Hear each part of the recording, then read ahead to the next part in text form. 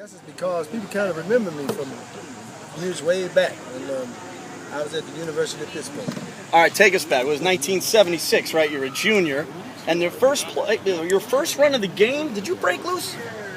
Yeah, I broke loose. Oh, did I break loose, man? I broke loose, and I think I finally could start running into some of my defenders and a couple, some of my blockers and a couple of defenders right around about the 10-yard line. About 2 plays later, I was in the end zone, and the route was on. No, at any time were you talking any smack to the Irish? Well, it's not a game unless I'm talking smack.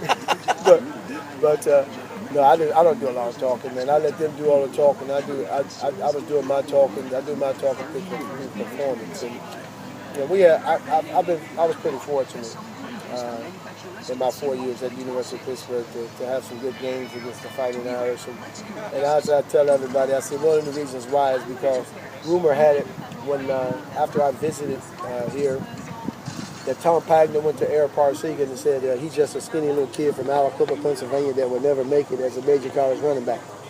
So Tom had me geeked up coach didn't have to say anything to me. I was just ready to play. Now, Heisman Trophy award later, you showed them. Now, what was it like the night you won the Heisman? Were you odds-on favorite? Were you nervous? What were you thinking that night?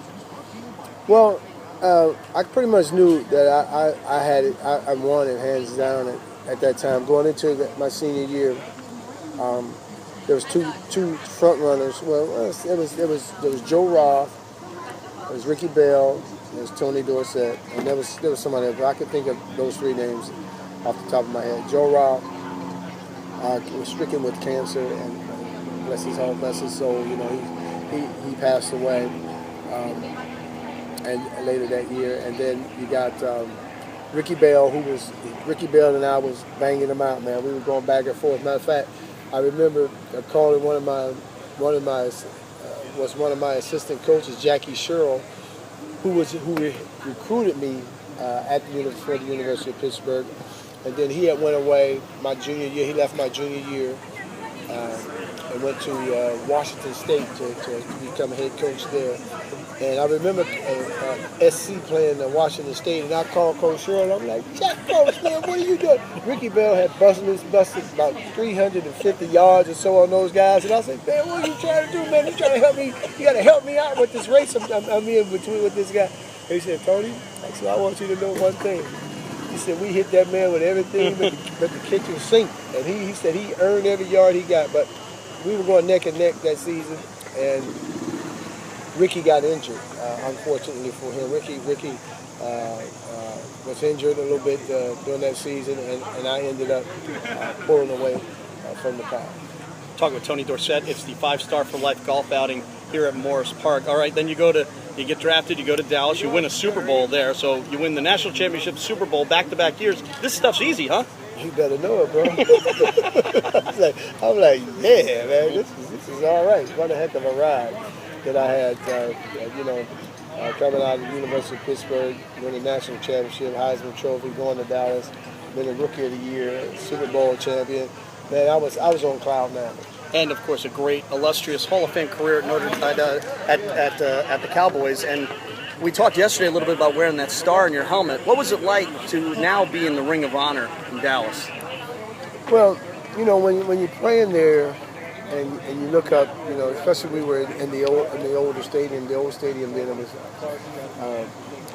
and you go up to Texas Stadium and you would go out and you come out and you look up and on the sideline and you see the guys' names, the past guys that were involved, inductees, should I say, and then to get to the point where you're being recognized and spoken as a name possibly to be inducted into the Ring of Honor.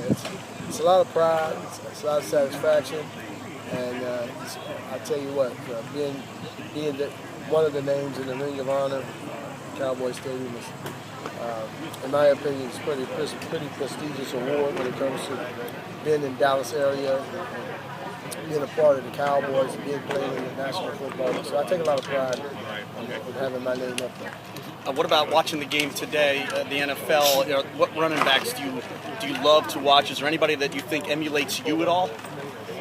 Well, no, not really. When I look at a guy like Adrian Peterson, I have nothing but admiration for that young man. I mean, I see his passion for the game. I can see where he approaches the game. It seems like he's all 100% in. That guy, I watch him a lot. We have a young back, DeMarco Murray, in Dallas that I'm hoping and praying that I like his game. He has the ability to make people miss. He has speed. He can go the distance. I'm hoping that he can stay healthy. That's the thing about it.